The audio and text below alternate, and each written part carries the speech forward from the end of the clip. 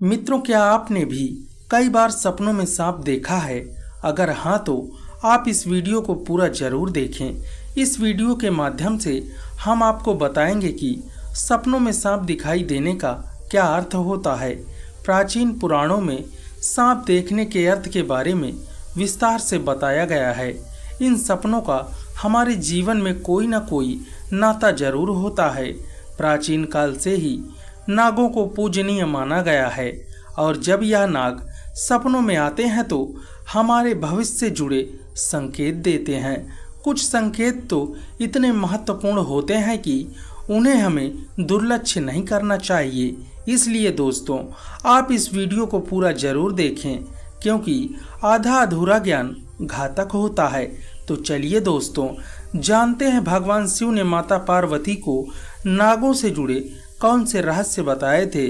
तो दोस्तों, एक बार की बात है, कैलाश पर्वत की ऊंची चोटियों पर देवी पार्वती और भगवान शिव एक साथ बैठे हुए थे। तब माता पार्वती ने भगवान शिव से पूछा, हे स्वामी, मुझे बताइए कि इन सपनों का क्या अर्थ होता है? क्या उनके पीछे कोई संदेश छुपा होता है?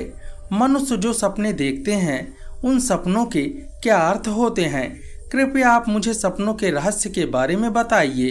भगवान शिव ने मुस्कुराते हुए देवी पार्वती की तरफ देखा और कहने लगे, हे देवी, सपने हमारे अभिचेतन मन की अभिशक्ति होते हैं। वे हमारे जीवन की घटनाओं, भावनाओं और आकांक्षाओं का प्रतिबिंब होते हैं। हर सपना कुछ न कुछ मतलब रखता है और हमें आने वाली घटनाओं के बारे में सूचना देता है। माता पार्वती ने फिर पूछा, हे स्वामी, अगर किसी को सपने में सांप दिखाई दे तो उसका क्या अर्थ होता है? मनुष्य जो अपने जीवन में सपने देखते हैं, क्या सपने में सांप देखने से कोई संकेत मिलते हैं? कृपया आप मुझे विस्तार से बताइए। तब भगवान शिव माता पार्वती से कहते हैं, हे पार्वती, आपने सत्य ही कहा है। सपने में अगर सांप दिखाई देता है तो वह भविष्य से जुड़ा महत्वपूर्ण संकेत होता है। इन विषय के समझाने के पूर्व में मैं तुम्हें एक प्राचीन कथा सुनाता हूँ। यह कथा एक राजा और आस्तिक मुनि की है। इस कथा को सुनने के पश्चात तुम्हें पता चल जाएगा कि सपने में सांप क्यों दिखाई देते हैं। इसलिए तुम इस कथा को पूरा जरूर सुनना। जो भी मनुष्य इस कथा को ध्यान से सुनता है, उसे उसके सपनों का शुभ फल प्राप्त होता है, उसकी दरिद्रता दूर हो जाती है और आने वाले संकट भी टल जाते हैं। तब देवी पार्वती कहती हैं, हे स्वामी, मैं इस कथा को ध्यान से पूरा जरूर सुनूंगी। कृपया आप मुझे वह कथा सुनाइए। तब भगवान शिव माता पार्वती को वह कथा सुनाते हैं। तो दोस्तों, अब मैं आपको वो कथा सुनाने जा रहा हूँ। आप इसे ध्यान से पूरा जरूर सुनिएगा, क्योंकि आप सपनों का गलत अर्थ भी निकाल सकते हैं। इसलिए इसे आधा अधूरा ना सुने। तो चलिए दोस्तों, सुनते हैं वह कथा। प्राचीन समय में एक महान राजा था जिसका नाम देवदत्त था। राजा देवदत्त अपने पराक्रम और बल की अपने शौर्य के लिए प्रसिद्ध थे। वे एक धर्मपरायण न्यायप्रिय शासक भी थे। उनका राज्य विशाल एवं प्रसिद्ध था और उनकी प्रजा उनसे अत्यधिक प्रेम और सम्मान करती थी। वे नियमित रूप से यज्ञ, हवन और भगवान शिव के परम भक्त थे। राजा देवदत्त की रानी का नाम सुभद्रा था। अत्यंत सौम्य और राजा की हर स्थिति में साथ देने वाली थी। राजा और रानी की कोई संतान नहीं थी, जिससे वे कभी कभी चिंतित रहते थे। फिर एक रात राजा ने बहुत ही विचित्र सपना देखा कि सपने में एक मरा हुआ सांप उनके पैरों के पास पड़ा हुआ है। राजा अपने सपनों को देखकर बहुत प्रभावित हो गए। जागने के बाद उन्होंने यह बात रानी को बताया। राजा देवदत्त चिंतित होकर रानी से पूछने लगे, हे प्रिय, मैंने सपने में एक मरा हुआ सांप देखा है, जिसका क्या अर्थ होता है? रानी ने राजा को दिलासा देते हुए कहा, हे स्वामी, सपने किसी न किसी चीज का संदेश होते हैं, किंतु सपने का अर्थ जानने के लिए हमें किसी ऋषि की सहायता लेनी चाहिए। तब महाराज अपने मंत्रियों को बुलाते हैं और कहते हैं, हे मंत्री, आज मैंने बड़ा ही विचित्र सपना देखा है। मैंने आज सपने में एक मरे हुए सांप को देखा जो मेरे पैरों के पास पड़ा हुआ था। इस सपने का क्या अर्थ हो सकता है, तुम सब जाकर पता करो। तभी सभी मंत्रीगण जाते हैं और नगर में निवास करने वाले अनेक ऋषि मुनियों से पूछते हैं, लेकिन कोई भी उन्हें इस सपने का अर्थ बता नहीं पाता। तो वो लौटकर आ जाते हैं और महाराज से कहने लगते हैं, हे महाराज, हमारे राज्य में ऐसा कोई नहीं है जो आपके सपनों का अर्थ समझा सके। तब अन्य मंत्री महाराज के पास आते हैं और कहते हैं, हे महाराज, हमारे राज्य के पास स्थित एक जंगल में एक ऋषि निवास करते हैं जिन्होंने सर्पनाशक यज्ञ से समस्त नागों की रक्षा की थी, इसलिए उन्हें नागों का रक्षक भी माना जाता है। हमें उन्हीं के पास जाना चाहिए, वे ही आपको आपके सपनों का मतलब समझा सकते हैं। फिर महाराज देवदत्त ने आस्तिक मुनि के आश्रम में जाने का निर्णय किया। तब महाराज आस्तिक मुनि के आश्रम के लिए निकल जाते हैं और पहुंचने के बाद आस्तिक मुनि महाराज का स्वागत करते हैं और पूछते हैं, हे राजन, मेरे आश्रम में आपका स्वागत है। कहिए आपकी क्या समस्या है, किस कारण से आपका हमारे यहाँ आना हुआ। तब महाराज देवदत्त कहते हैं, हे मुनिवर, मैं आपके पास एक सहायता मांगने के लिए आया हूँ। मैंने नागों का एक विचित्र स्वप्न देखा है, उसी का अर्थ जानने के लिए आपके पास आया हूँ। तब आस्तिक मुनि कहते हैं, हे राजन, आपने सर्पों के विषय में जो भी स्वप्न देखा है उसे निसंकोच होकर कहें। सपने में सर्प देखने पर इसका कोई न कोई अर्थ अवश्य होता है, इसलिए उसे विस्तार से बताइए। महाराज देवदत्त आस्तिक मुनि से कहते हैं, हे मुनिवर, कल रात मैंने एक विचित्र स्वप्न देखा। मैंने देखा कि एक मरा हुआ सांप मेरे पैरों के पास पड़ा हुआ था। कृपया आप मुझे इस स्वप्न का अर्थ बताइए। आस्तिक मुनि ने ध्यान पूर्वक राजा की बात सुनी और कहने लगे, हे राजन, अगर सपने में आपको मरा हुआ सांप दिखाई देता है तो इसका मतलब है आपके जीवन की सभी बाधाएं एवं संकट आपके जीवन से दूर होने वाले हैं। यह एक शुभ संकेत है, इसलिए आप चिंता मुक्त होकर घर जाएं। इससे भयभीत होने वाली कोई बात नहीं है। फिर महाराज देवदत्त प्रसन्न होकर आस्तिक मुनि को प्रणाम करते हैं और धन्यवाद देते हुए अपने राज्य में लौट जाते हैं। इस स्वप्न के फलस्वरूप कुछ दिन बाद राजा के राज्य के सभी संकट दूर हो गए। राजा इस संकेत से बहुत खुश हुआ। फिर एक दिन राजा देवदत्त को ऐसा ही एक और सपना आया। उस सपने में राजा देवदत्त ने देखा कि वह एक बड़े सांप को पकड़ रहा है। जागने के बाद राजा ने तुरंत ही आस्तिक मुनि से जाकर पूछा कि हे मुनिवर, मैंने सपने में देखा कि मैं एक बड़े सांप को पकड़ रहा हूँ, इसका क्या अर्थ है। आस्तिक मुनि ने कहा, हे राजन, अगर आप सपने में सांप को पकड़ते हुए देखते हैं तो यह भी एक शुभ संकेत होता है। यह दर्शाता है कि आप भविष्य में आप अपनी मेहनत से सुख और संपत्ति प्राप्त करेंगे और उसे सही तरीके से इस्तेमाल करेंगे। कुछ दिन के बाद राजा ने एक बड़े युद्ध में विजय प्राप्त की और राज्य की संपत्ति में वृद्धि हुई। राजा देवदत्त का तीसरा सपना। एक अन्य रात राजा ने सपने में देखा कि एक उड़ता हुआ सांप दिखाई दे रहा है। जागने के बाद राजा ने तुरंत ही आस्तिक मुनि से पूछा, हे मुनिवर, मैंने सपने में एक उड़ता हुआ सांप देखा है, इसका क्या अर्थ है। आस्तिक मुनि ने कहा, हे राजन, अगर सपने में उड़ता हुआ सांप दिखाई देता है तो यह उन्नति एवं प्रगति का प्रतीक होता है। इसके बाद राजा के व्यापार एवं कृषि में उन्नति होने लगी। राजा देवदत्त का चौथा सपना। कुछ दिनों के बाद राजा को स्वप्न में काले रंग का सांप दिखाई देता है। वह चिंतित होकर आस्तिक मुनि के पास चले जाते हैं और पूछने लगते हैं कि हे मुनिवर, मुझे बार बार सपने में काले रंग का सांप दिखाई देता है, इसका क्या अर्थ है। तब आस्तिक मुनि ने कहा, हे राजन, अगर आपको सपने में बार बार काले रंग का सर्प दिखाई देता है तो यह काल सर्प दोष का प्रतीक है। हालांकि ज्योतिष शास्त्र में इसका निवारण भी बताया गया है।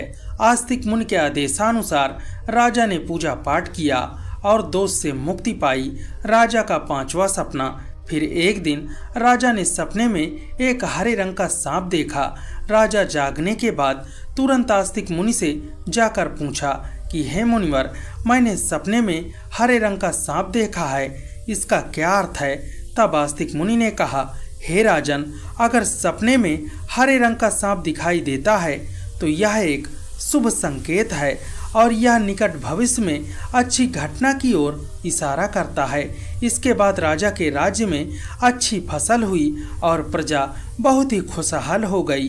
राजा देवदत्त का 6ठा सपना। एक अन्य रात राजा देवदत्त ने सपने में सफेद रंग का सांप देखा। राजा जागने के बाद तुरंत ही आस्तिक मुनि से जाकर पूछने लगे कि हे मुनिवर, सपने में मैंने सफेद रंग का सांप देखा है, इसका क्या अर्थ है?